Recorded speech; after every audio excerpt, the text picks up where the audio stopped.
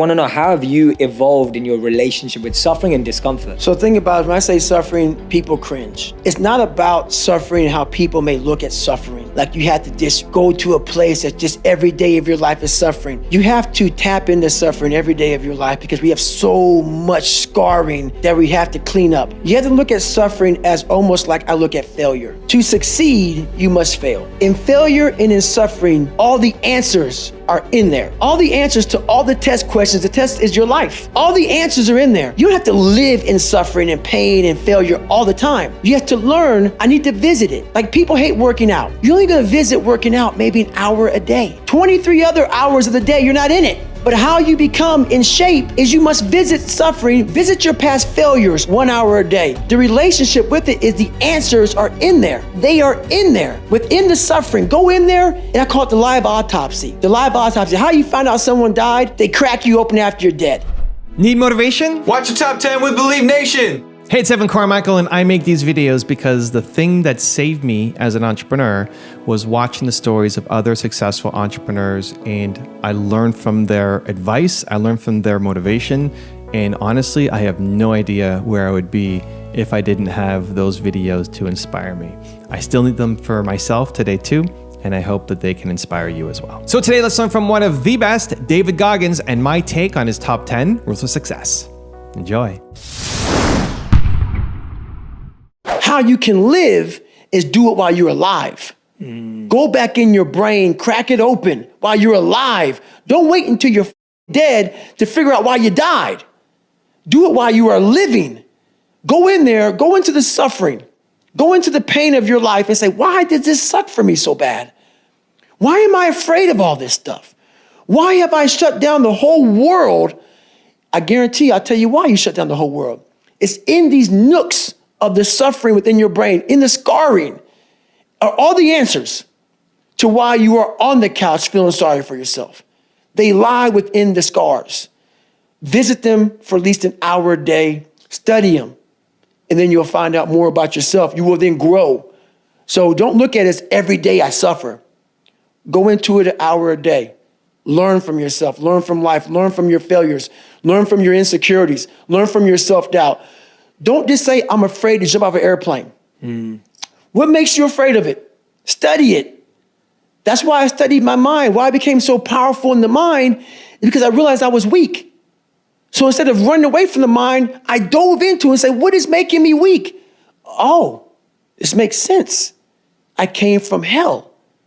I came from a place that beat me down to nothing, which is why I'm afraid. All this makes sense. So systematically, one by one, I went back and met every single person in my mind, every situation.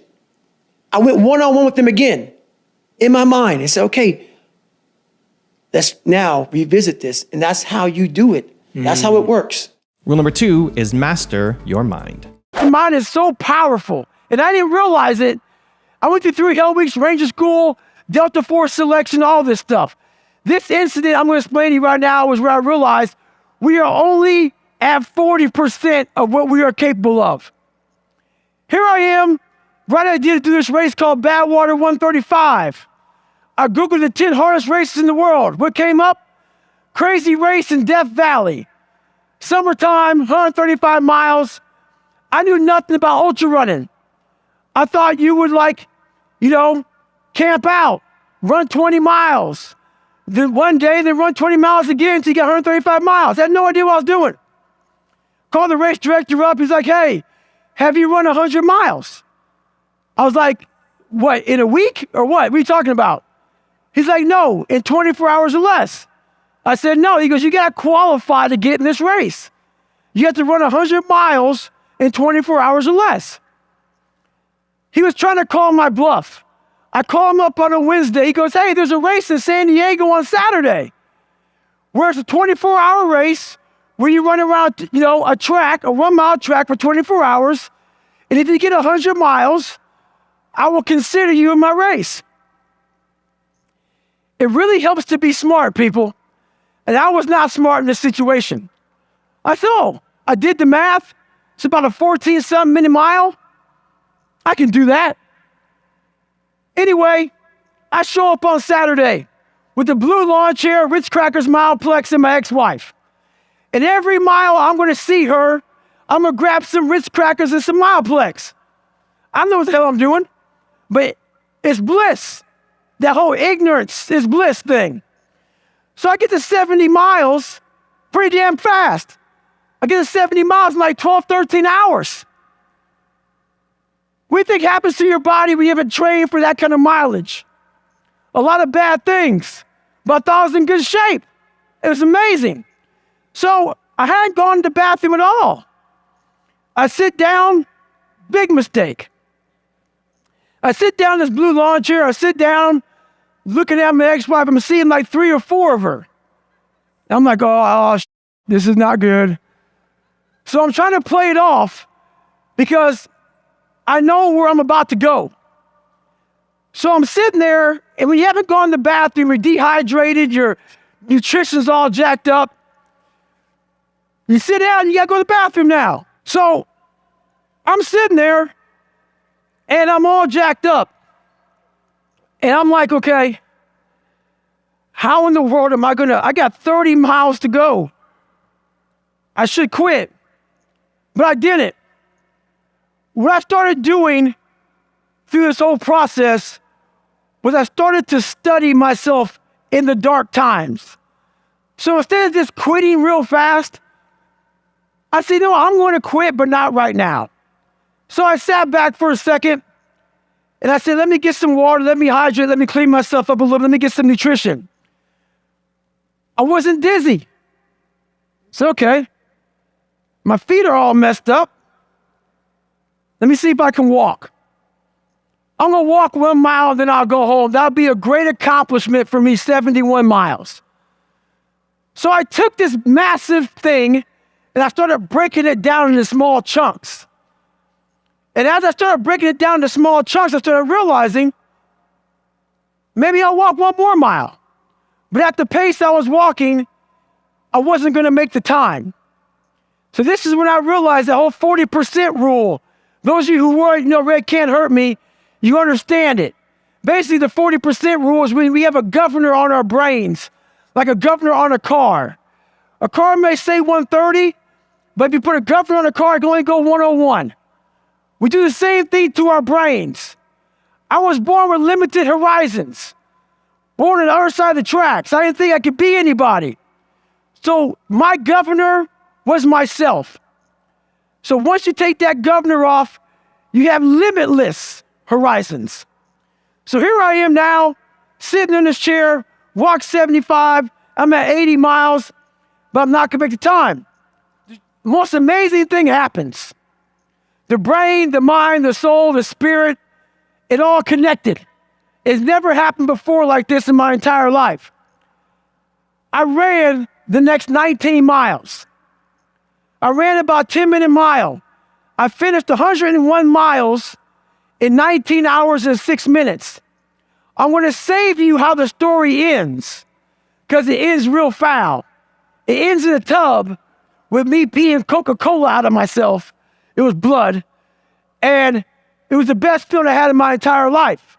I'm not sadistic, but when you push yourself to that level and accomplish something you thought was impossible, what happens to your body and mind is something I can't really even explain. Rule number 3 is use the cookie jar method. What got you up out of the chair? Honestly, I create this thing called the cookie jar as I went through my suffering in life to become who I was. And the cookie jar was every time I failed everything so many times in my life. And failure, and I would succeed. I would fail, and I would succeed. I had to figure out how to succeed through failure. And I put a bunch of cookies in the cookie jar. The cookie jars are things when I start to get the woe is me mentality, which we all still get, even though you could be very successful. I reach in and I say, oh, this is my childhood. And this is what I did to overcome that. Because a lot of times when you're in hell, you forget how great you really are, because at that moment you're suffering. So you don't think about the great things that you've done. I take time to really calm my brain down when it's stressed out and remember where I came from and say, okay, no, we can do this. Mm-hmm. We can do this through a calm, patient mind, figuring out how to do it. So I figured out how to do it, how to get salt, electrolytes, get some food, get some hydration back in me, get my blood pressure to the point where I can stand up. That was the first mission. Rule number 4 is start with small goals. And I started with very small goals. It wasn't like I went out there and, well, I started out real big and I realized that the big goals were just crushing me, because they weren't happening fast enough. And I had to start making big things very small. And I had to take a lot of pride and a lot of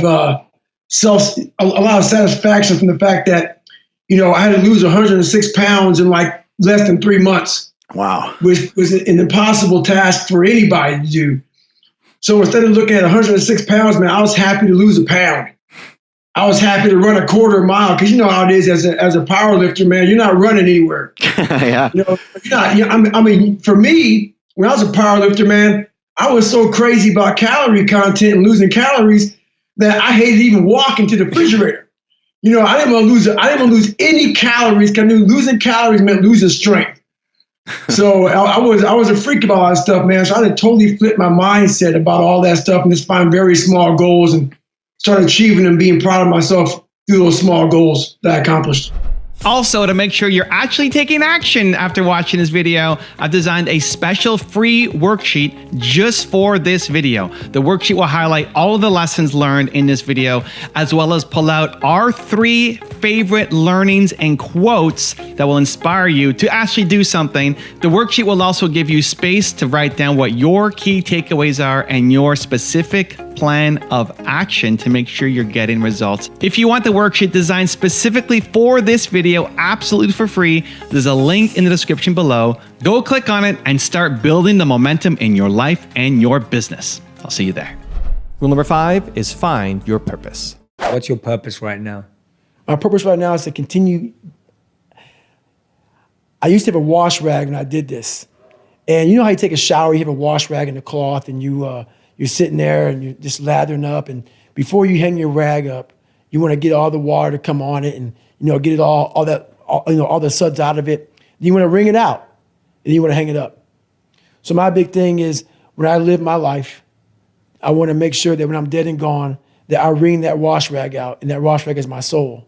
And I also believe that we're going to end up one day meeting a maker, if you believe in one.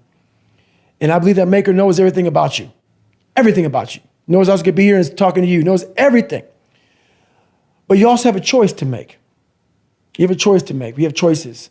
And the one thing that scares me to death in my life is getting to heaven and not being what I was supposed to be. And I believe that God has a chart, and he looks at the chart and he puts it in front of you when you get to heaven. He says, hey, this is what you're supposed to be. And one of my biggest fears in life was to see that chart and not have every block checked off. I want to make sure that I'm constantly pursuing whatever it is I'm pursuing, just to be the best. Just constantly grinding myself into a fine powder, but doing it in a smart way. Like I talked about, you can constantly grind yourself into a point where you're just sick. There's a happy medium of grinding. So that's my purpose now, to continue to push myself so others can see what is possible. Rule number 6 is don't fear failure. I think we need to rethink how we frame failure. Like, I don't even like that word. You know what I mean? Because it implies such a negative outcome or perspective. Like, there should be a different word for it, and then we wouldn't be so caught up in it. You know what I mean? What you said is so true. That word doesn't bother me because I look at it like you are trying to say it. Failure is just a word. For me, failure was me having more information on how to succeed. That's all failure became to me. So I failed so much. Pull-up records, running events, had to quit this, buds, Rangers, all this crap I had to go back through. All that was, I failed because of these reasons here. Go back to the drawing board, figure out the right equation, put it together, go back, fail again. Oh, but I got more information. So everything I was afraid of, I made sure to meet it right in the face and overcome it.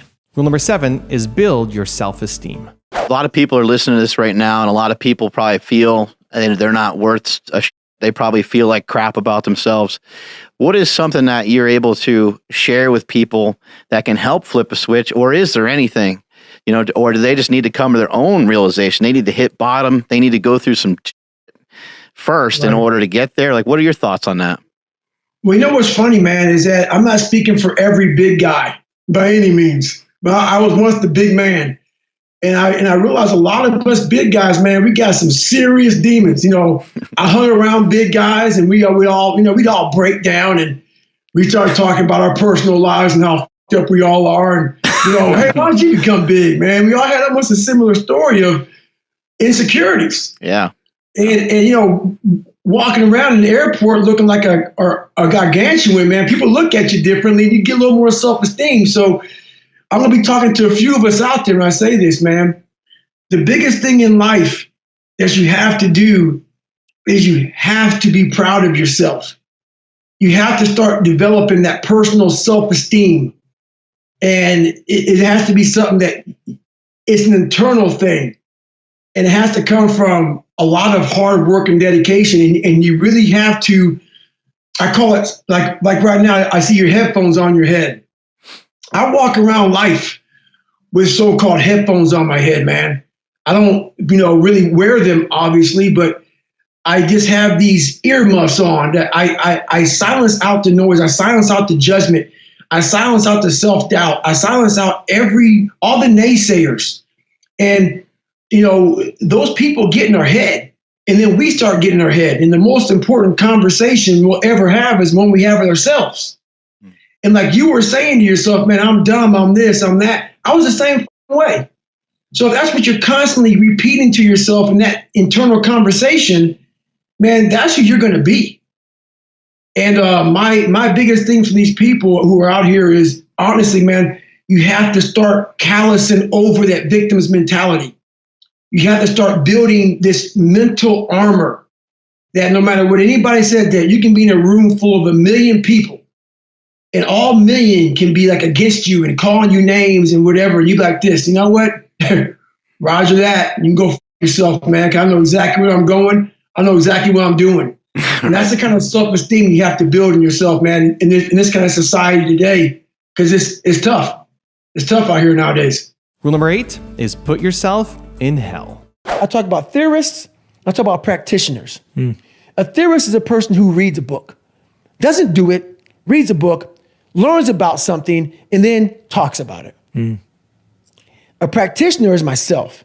A practitioner is a person like me. I wanted to be an expert in the mind, a mental toughness guy, beyond mental toughness. The only way to do that, in my eyes, is to put yourself in hell. Put it in hell repeatedly. Repeatedly put yourself in hell and study how you process it. And that's how I was able to come up with all these different ways, all these different tools to slow the mind down in hell. Because the mind just speeds up. The mind wants to get out of the painful situation, the suffering. It can't process it. So that's what I realized by going through all these different processes of being in hell weeks. It's just that. I love that, man. How That's the mind amazing. processes in hell. Rule number 9 is exercise. I started this crazy stretch routine, and I literally have healed myself through the discipline I had. And what people won't believe is I got to a point where I stretched out for 8 to 12 hours a day. So essentially, like most of your waking hours when you're not working out. Stretching.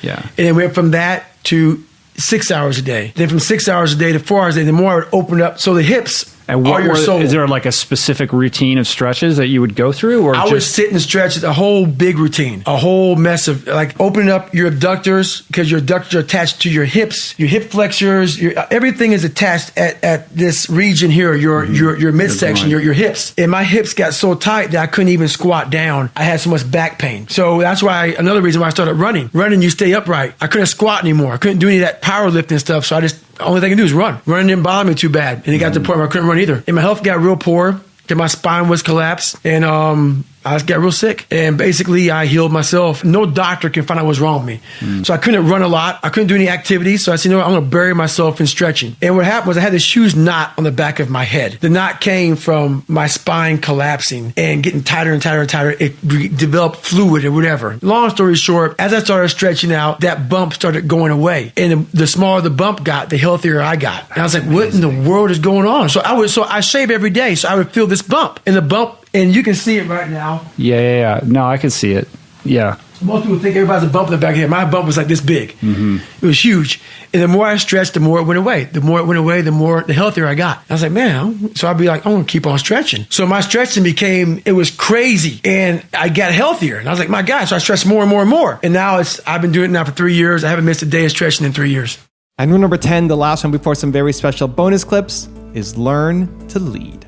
Belief is something, I can't tell you, believe in yourself. That's a bunch of crap. Belief came from me was going through those hell weeks, taping those legs up, getting up early in the morning by myself, no coach, getting myself up, motivating myself every single day. When I'm out there in 240-mile runs and I don't want to be out there and I'm 90 miles into it and I have 150 miles to go and no one's there saying, come on, David, I'm forming belief. Many people form belief in many different ways. For me, this is how I do it. So when those hard times come my way, I know exactly how to get through them. When I first I self-published my book, Can't Hurt Me. No one believed in me. I believed in myself. I sold almost 5 million copies of that. Now Never Finished just came, it's coming out December 6th. Never Finished, I guarantee you, the audio book will probably go down as probably one of the best audio books. It sounds cocky as hell of all time. It's truly amazing what we put into that book because of how I've lived my life. A lot of people come up here and speak about motivation and pushing yourself, and they're not doing it. They're not waking up every single day. They have a canned speech they go off and they tell you about what to do, how to do it. Wake up every morning, make your bed, take a cold shower, all that crap. I'm telling you right now, you have to be that person that leads from the front. Many of you out here are in leadership positions. And many of our leaders right now are not leading from the front. They're leading from the rear, but they're telling you how to do it. They're waking up late. They're not doing what they say. So in life, it's real important to do what you say because that's where true knowledge comes from. And when I was going through Navy SEAL training, there's one thing I told myself. I wanted to quit every single day. But many dreams die while suffering. And many of us out here have suffered. And when you're suffering, I'm not talking about just physically. I'm talking about emotionally, spiritually. It could be a relationship. When you're suffering, you give up on the very things that you wanted the most. When I was going through pararescue, I wanted to be a pararescueman so bad. But that water haunted me. So when the suffering got too much, my dream died. And pretty much I almost died with it. If I didn't find Navy SEALs and getting past that hump and overcoming my demons and facing my demons every day, I would have never been up here today. You can't outrun your demons. They'll always know where you're hiding. Trust me at that. And I'm gonna end with this. Don't stop when you're tired. Stop when you're done. We have a theorist and we have a practitioner. Mm-hmm. The theorist is a person that's going to sit back and read books from a library that someone else wrote. They become real smart about what someone else wrote, okay? A practitioner is me. I put myself in hell, lived in it for a long time, and figured out how the human mind works while suffering, while in pain, while in misery. Yes. And that's how I wrote my book. Yeah. I'm going to tell you exactly what your mind is thinking. Most of us don't stay in hell long enough to write the book. Yeah. I stayed in long enough to write it and finish the book. At the core of my soul, when I retired from the military with about $50,000 a year is what I probably make. For me, for a guy that grew up with nothing, I lived in a $7 a month place growing up for a long period of time. And then we moved to a $236 a month place. So basically, you give me $50,000, I'm rich. Yeah. So my mindset was about helping people. And when people truly believe in your message and believe in who you are and they see that you're being honest and truly honest for the fact that, hey, I just want to see you be better. I don't want nothing. Maybe a thank you when you're older and you're walking around with your kids and your family. If you have a real, authentic, true message about people and people see that you're not trying to sell out and not trying to sell them things, because I knew how I felt growing up and I don't want anybody to feel that way. So when I give back, it's not about giving back to like say, oh, well, hopefully down the line, I can sell them something. Yeah. My message is truly authentic to how I came up, and people feel that. Therefore, the business is about them. Yeah. And I have all these lessons learned through a life that God blessed me with, as far as like, look, I didn't survive this life. I thrived in hell. Yeah. And through that, I was like a guy sitting back. I was like just writing all this down. I became a poet in hell, just sitting there as hell was all around me. I was all calm, just taking it all in. Oh, I gotta tell people this. I gotta tell people that. Oh, I learned this. I learned that. While most people run from it, I was learning from it. And now I'm just giving all this knowledge to people for free. Yeah. So in return, people are growing. People like the message. And when you have a good message, you grow a business. I never forget when I was younger and I lived in a $7 a month place and it f***ed up. Everything was jacked up. I had a pair of jeans and I'll never forget this as long as I live. You know, first day of school, people go school shopping, right?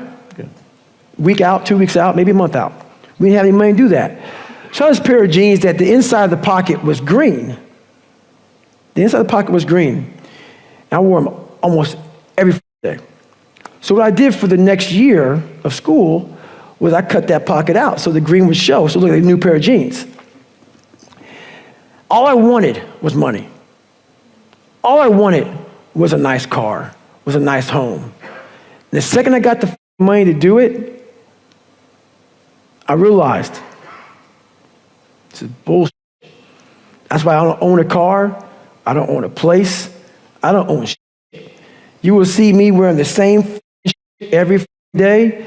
I don't hide none of that, nothing. Nothing. What I realized is all I wanted in my life was look at that in that accountability mirror and be proud of. And everything else went away. While you need money to be successful, you need money to live, you need money. Money does buy a form of happiness because without it, you're miserable. But once I realized it doesn't mean it doesn't mean for me. What makes you happy? Achievement, reaching goals, accomplishing things that I thought were impossible to accomplish.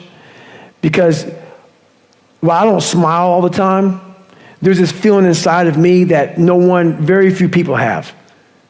Very few people have. Because when you come from where I came from, nothing, and you make something out of nothing, the feeling it stays with you all day long. And it allows you to be who you want to be in front of anybody. The most important conversation you'll ever have is the one you have with yourself. Mm-hmm.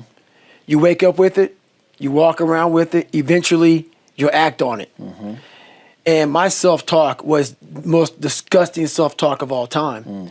So the sewer of my mind, like I said, you have to go back in there and fix things. A lot of us are afraid, like right now, 20 years ago, you wouldn't find me on this show. I was too embarrassed to tell you I stuttered, mm-hmm. I lied, mm-hmm. all these different things, getting beat up, getting bullied, whatever happened. But that's where the true transformation starts to happen. When you can look at people, anybody, thousands of people, one person and say, hey, this is who I am. And this is where I have to fix myself. Mm-hmm. And this is where it really happened.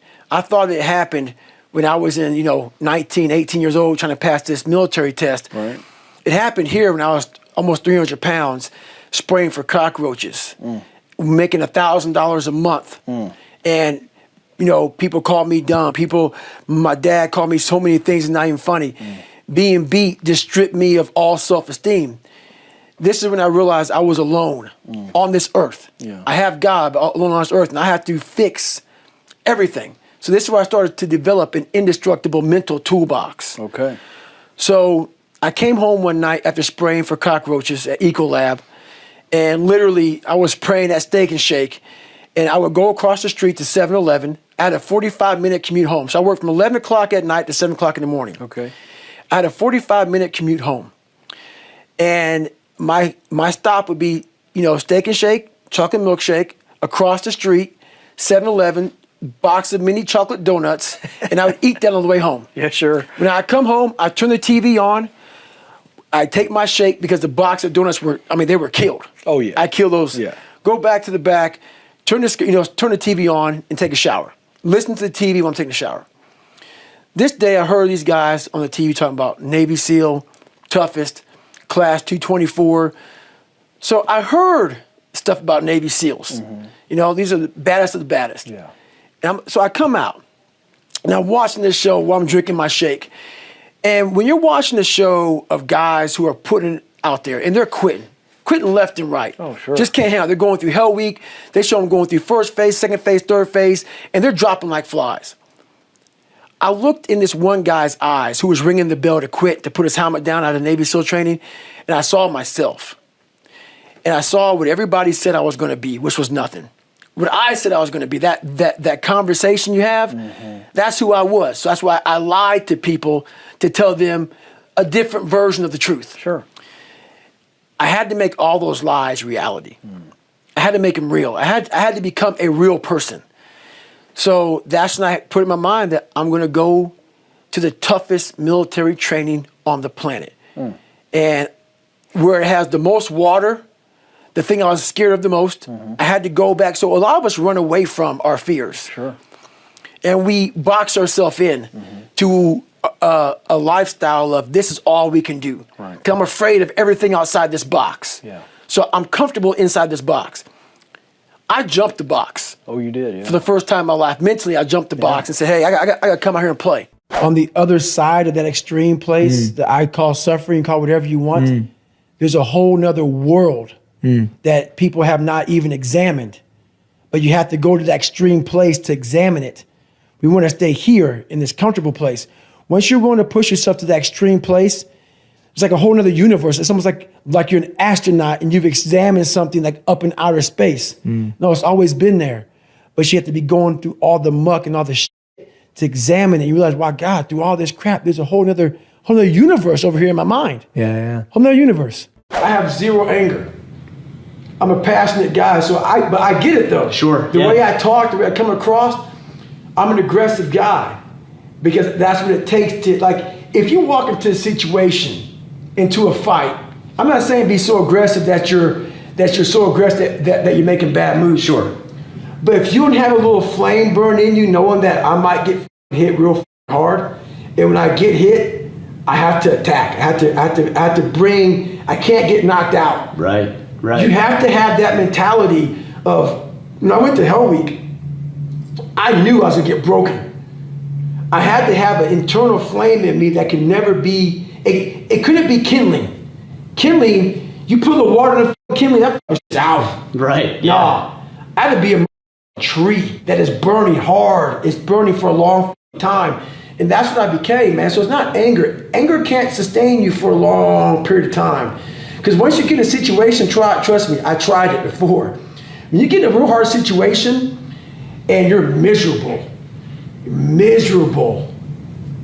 that anger is gone. What comes up is real. The real feeling of who you are and where you're at, you don't want to care about them people who made fun of you in high school or your dad beating the out of you. Because now you become selfish. You're like, let's say you're in Hell Week, you're in that cold water, it's 50 degrees, and your balls are in your mouth right now. You're sitting there thinking, oh, dude, your mind's not thinking, those kids in high school bullied me or my dad. Right, that's at least your worries. No, you're thinking, so that anger can fuel you for so long. There has to be something so deep in you that drives you. So what really does it for me is I know what we're capable of. And I know that most human beings aren't willing to go where I am. And that's a very, very dangerous thing. I'm not saying I'm better than anybody else. Everybody has this talent. Sure. It's not a talent. It's just realizing that we stop way short of our true potential.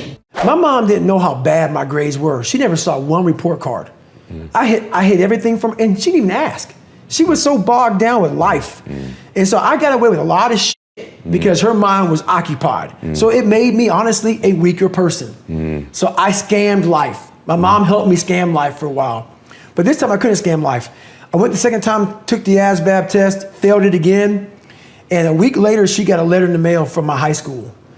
And I'm a junior in high school, and it later says pretty much your son's gonna flunk out. He's missed 25% of school, because she was always gone, so I never went to school. He's gonna miss school. And so, or he's gonna flunk out. So I was exposed once again. My mom goes, well, she read the letter to me. She put my bed, and her best advice was, guess what? You're gonna flunk out of school. That was it in the conversation. So this is when I developed my accountability mirror. And this is awesome.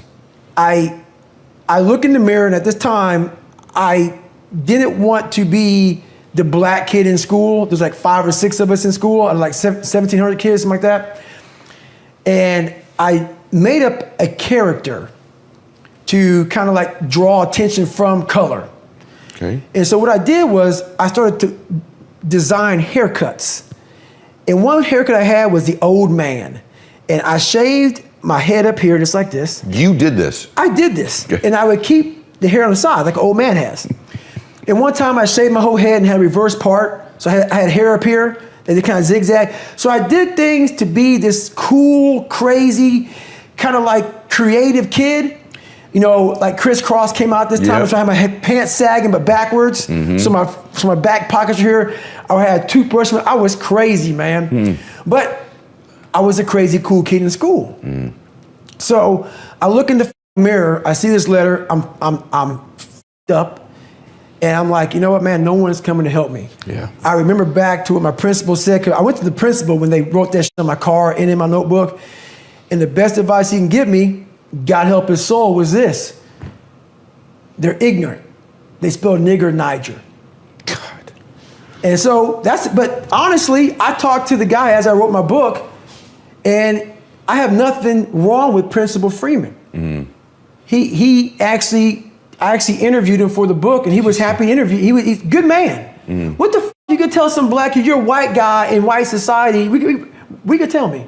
You could shut down the school and have a damn. So I started talking to myself this way in this mirror. What the f*** is Principal? Because at that time, like, this is the best you can do, Principal Freeman? That was my mind then, but in this mirror, it wasn't my mom, it wasn't Principal Freeman, it wasn't my dad, it was me. Because when nobody coming back to help David Goggins, that was my mindset now. And so with my non-spelling ass, I started getting these sticky notes. Wow. And writing, you're f***ed up. And my mom wakes up like, what is wrong with you? I go, man, I have to change because I can't stay here. I can't, I looked at myself in the mirror and I was defeated. I go, look at myself. I'm like, who am I?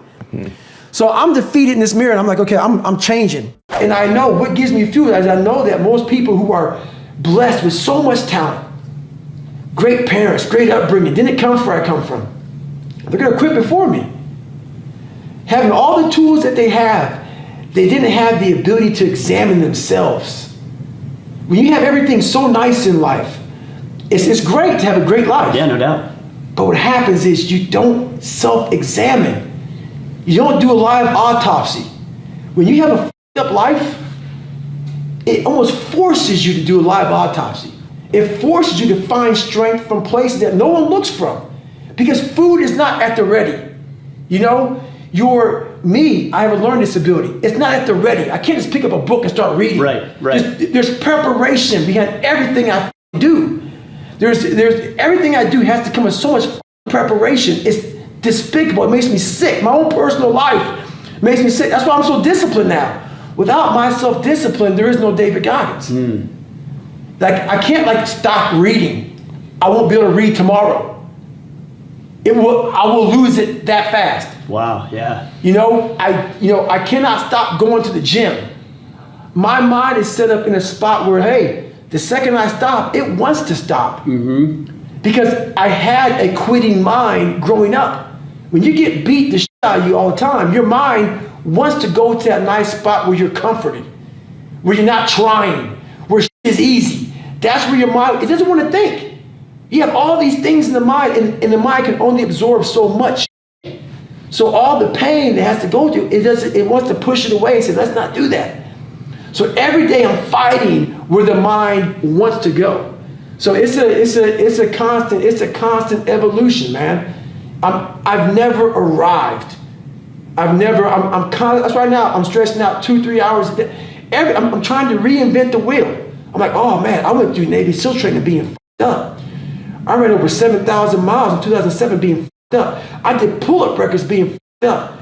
Now, that the mind is so strong, let the body catch the mind. So that's now where I'm at.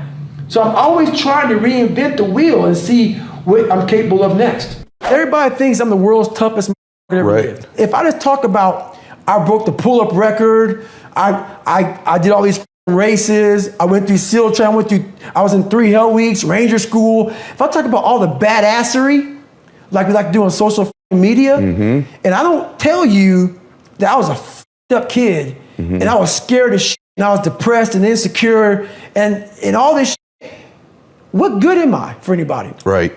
I'm a superhero, but I'm a liar. I'm that now, but I wasn't born that. Yeah. I had to make myself into this shit. We all have a voice in our head. Some of us are very spiritual, some of us are not, but we all have this voice saying, you're doing f***ed up shit. This is wrong, don't do that. The more you don't listen to that voice, the further that voice gets away from your head. Some people call it the Holy Spirit, some people call it God, some monks, whatever you call it. It's there. We all have it. It's the right or wrong voice.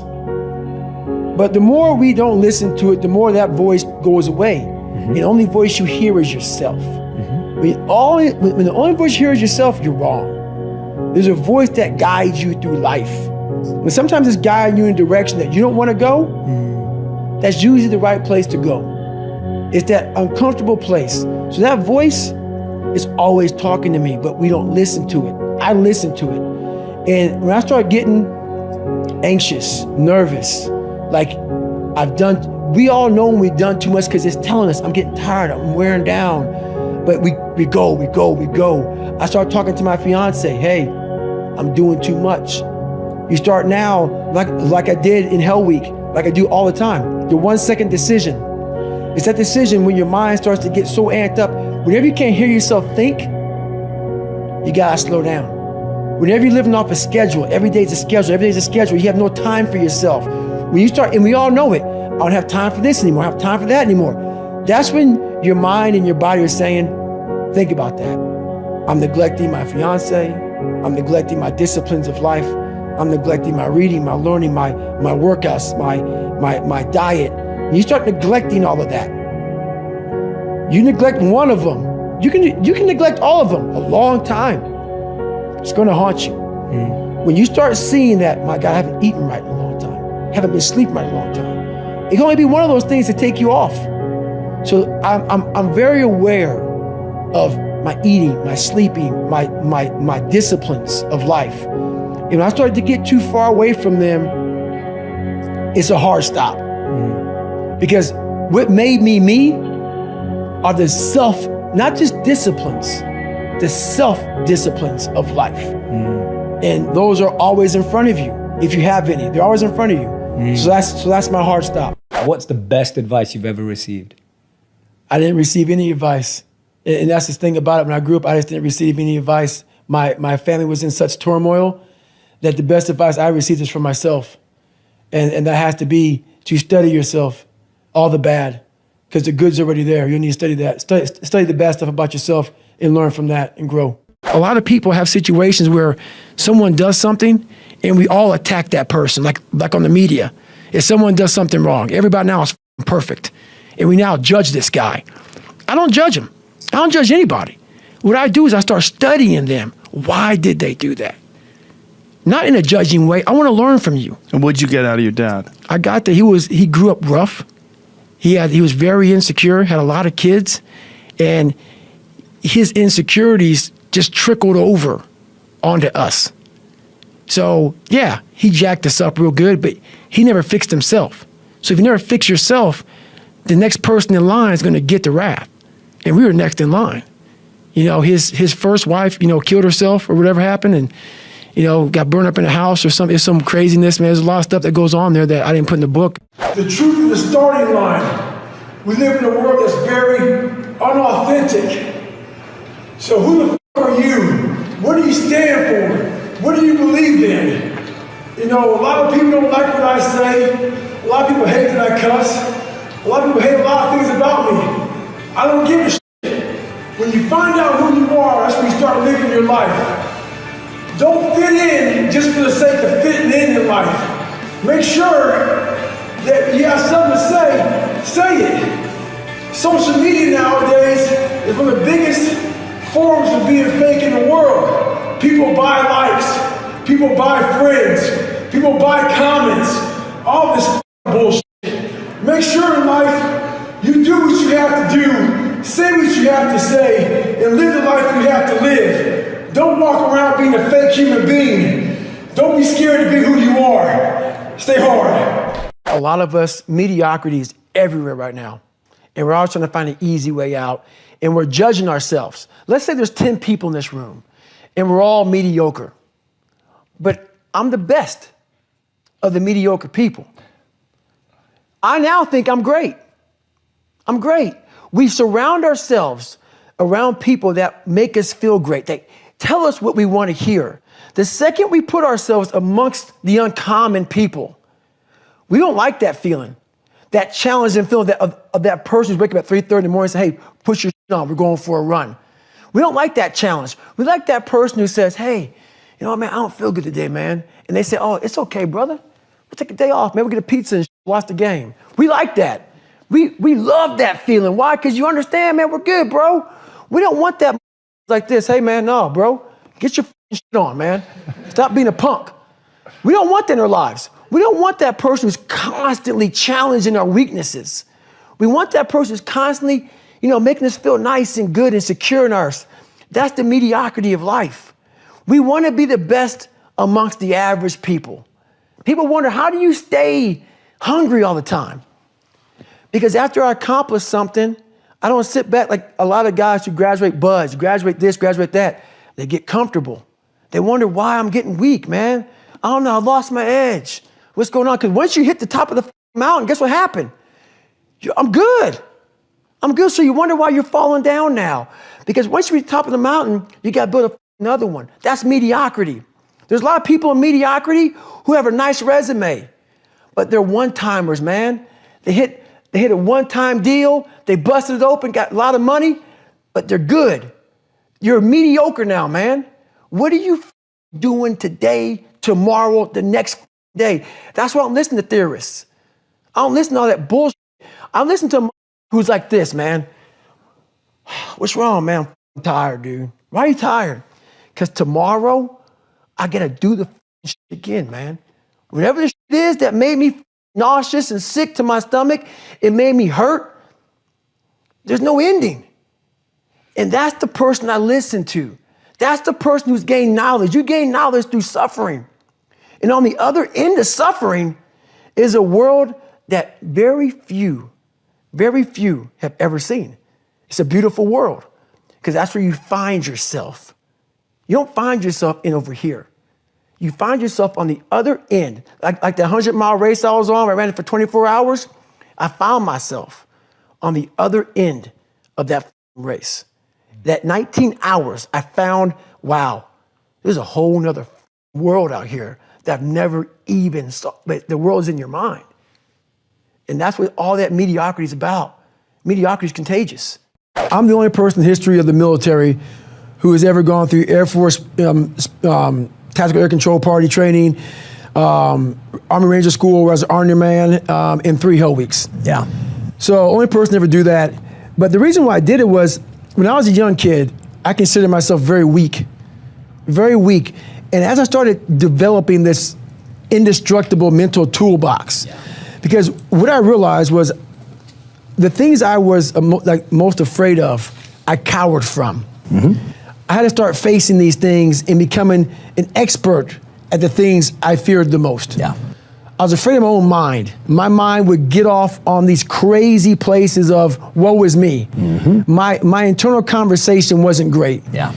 So I had to start mastering it. Once I started mastering it, in the horrible place I was at, I considered myself the worst person ever alive. That was my conversation.